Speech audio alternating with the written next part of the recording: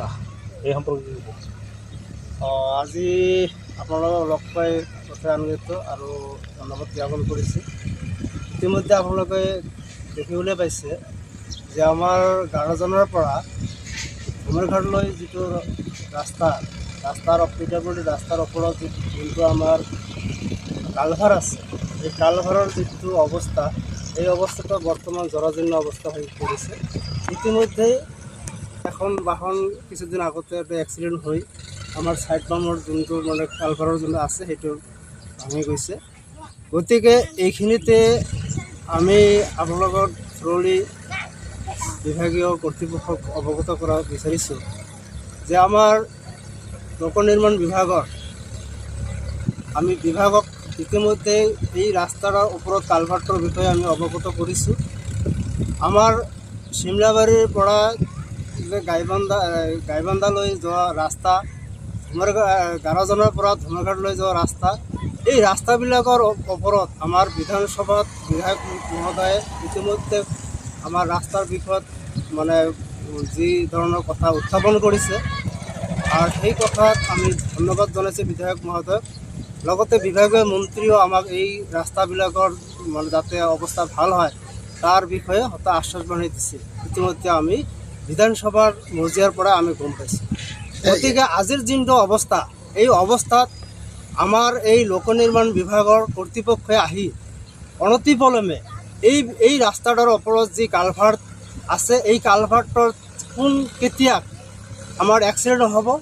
ইতিমধ্যে এই ৰাস্তাটোৰ ওপৰেদি যোৱাত আমাৰ যিহেতু ধুমুৰঘাটৰ আৰক্ষী চকী আছে, আমাৰ হস্পিটেল আছে, এই হস্পিটেলৰ ৰোগীবিলাকে অহা যোৱাত পথত কেতিয়া কোন সময়ত এক বৃহৎ এক্সিডেণ্ট হ'ব তাৰ প্ৰতি আমাৰ এটা আশংকা প্ৰকাশ পাইছোঁ।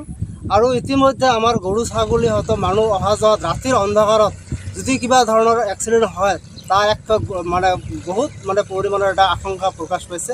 গতিকে ইতিমধ্যে তৎকালীনভাৱে ইয়াৰ ওপৰত লোক নিৰ্মাণ বিভাগে যাতে ইয়াত আহি কোনো ধৰণৰ ব্যৱস্থা যাতে কৰে, নহ'লে এটা বেৰিকেড যি লোক নিৰ্মাণ বিভাগৰ এটা আইন প্ৰক্ৰিয়া আছে সেই বিষয়ত এটা যাতে যাতে এটা বেৰিকেড এটা ব্যৱস্থা কৰি যাতে মানুহৰ যাতে গাড়ী মটৰৰ যাতে এটা কি সংকেত প্ৰকাশ পায় যাতে ইয়াত এটা কালভাৰ্টৰ অৱস্থা দুৰ্বল হৈ আছে। কিমান দিন ধৰি এনেকুৱা অৱস্থা? গতিকে এইটো প্ৰায় 15 দিনৰ বেছি হ'ল। গতিকে কোনো ধৰণৰ বিভাগীয় কৰ্তৃপক্ষই কোনো ধৰণৰ ইয়াৰ ওপৰত কোনো ধৰণৰ একশ্যন লোৱা নাই বা কোনো ধৰণৰ আহি কোনো তৎপৰতাত কোনো দেখিবলৈ পোৱা নাই। গতিকে আমি বিধায়ক মহোদয় আৰু বিভাগীয় কৰ্তৃপক্ষই আমি অনুৰোধ জনাওঁ যাতে আহি এই বস্তুটোৰ ওপৰত আহি আমাৰ এইসমূহ ৰাইজৰ এটা সুবিধা কৰি। কিছুদিন আগত দেখা গৈছে এই কালভাৰটো নিৰ্মাণ কৰিছিল নেকি? এই কালভাৰটো নিৰ্মাণ কৰা প্ৰায় 10 বছৰ অতিক্ৰম হৈছে।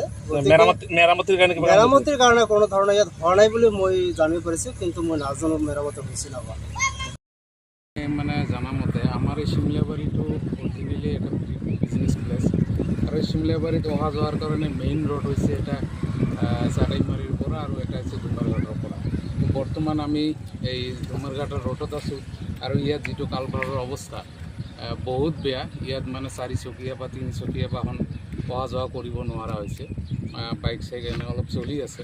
তো মই আমাৰ বিধায়ক মহোদয় আমাৰ এই জলেশ্বৰ সমষ্টিৰ আৰু সন্মানীয় আমাৰ এই বিজেপিৰ মেয়ৰ জামাল হক ডাঙৰীয়াক মই অনুৰোধ কৰিম আপোনালোকৰ যোগেদি যাতে অতি সোনকালে আমাৰ এই কালভাৰখন ঠিক কৰি দিয়ে।